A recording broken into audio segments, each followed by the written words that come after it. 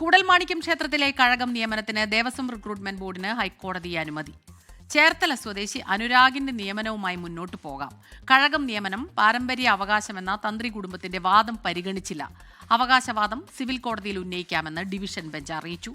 വിഷ്ണു സുരേഷാണ് ചേരുന്നത് കൊച്ചിയിൽ നിന്ന് വിവരങ്ങളുമായി. വിഷ്ണു, കോടതി എന്തെല്ലാം കാര്യങ്ങളാണ് നിരീക്ഷിച്ചത്? വലിയ വിവാദങ്ങൾക്കാണ് കൂടൽമാണിക്യം ക്ഷേത്രത്തിലെ കഴക നിയമനം വഴിവെച്ചത്. ആദ്യം അവിടെ നിന്ന് കഴക തസ്തികയിലുണ്ടായിരുന്ന ബാലു എന്ന് പറയുന്ന ആൾ, അയാൾക്ക് നേരിട്ട ബുദ്ധിമുട്ടിനെ തുടർന്ന് അവിടെ നിന്ന് രാജിവെച്ച് പോകുന്നു. പിന്നാലെ രണ്ടാമതും ദേവസ്വം റിക്രൂട്ട്മെന്റ് ബോർഡിന്റെ നിർദ്ദേശപ്രകാരം അതിൽ നിന്ന് തന്നെ മറ്റൊരാൾ അനുരാഗ് എന്ന് പറയുന്ന ആളെ നിയമിക്കുന്നു ദേവസ്വം ബോർഡ്. പക്ഷേ അതും ക്ഷേത്ര ഭരണസമിതി ചോദ്യം ചെയ്യുന്ന ഘട്ടത്തിലാണ് കേസ് ഹൈക്കോടതിയിലേക്ക് എത്തുന്നത്. കഴക നിയമനം പാരമ്പര്യ അവകാശം എന്ന തന്ത്രി കുടുംബത്തിന്റെ വാദം നിലവിൽ ഹൈക്കോടതി പരിഗണിക്കുന്നില്ല.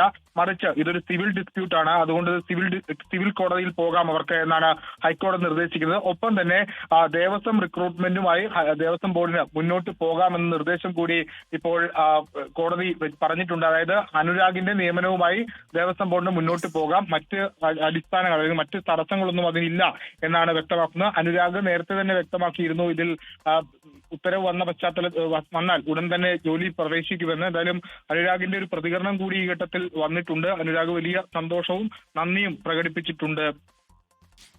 കഴകം നിയമനവുമായി മുന്നോട്ട് പോകാമെന്ന് കോടതി ഡിവിഷൻ ബെഞ്ച് അറിയിച്ചു. വിഷ്ണു സുരേഷാണ് കൊച്ചിയിൽ നിന്ന് വിവരങ്ങൾ നൽകിയത്.